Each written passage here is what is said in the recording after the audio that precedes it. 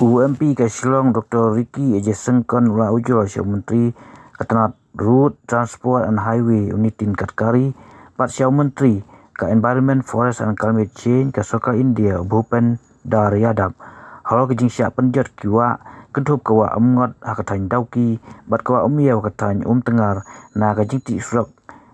hak National Highway Saupau kam pikir je kemarin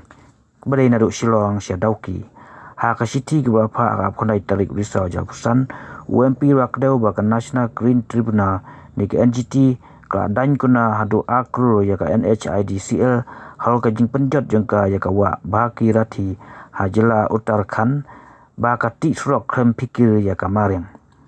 ya kan ni ke surak ke bahnya puai kilometer na Shillong sia dauki rapan trade da ke NHIDCL berabai bisa da ke Japan International Cooperation Agency ne JICA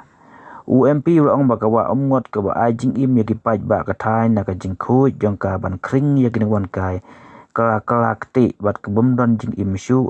hau ni bunai Risau na ke jing tuit ke kandau na ke jing ti surok ke company bat kene kala kta ya kam ke jam bat ke kamai ke kaji jong kipai ba ulang baka jing bread bat kawa pathar ke company ya ke kandau syawa umyau ha tengah ru ke penjot ya ke kinja ba im bat ka kta ya ki breu kamtam ki ba im na kani kawa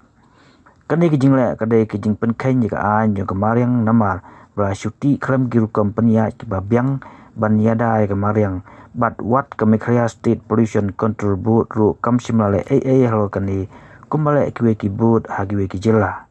UMP ulang ru baladon kam kerke ban pentikna kaladon em ka jinglum jingtip bat ka kaifot na ka environmental impact assessment bat ka jingpet ngawal hal kani ka project hula dawa badai ban sange ban ot patha je kilum bat bread patha je ka kandau hagi jaka ba kata ikiwa bat dai ban don ka jingle jurip na ka tenat MROTH MOEF bat CC CPCC, SPCC, NHIDCL bat ke JICA.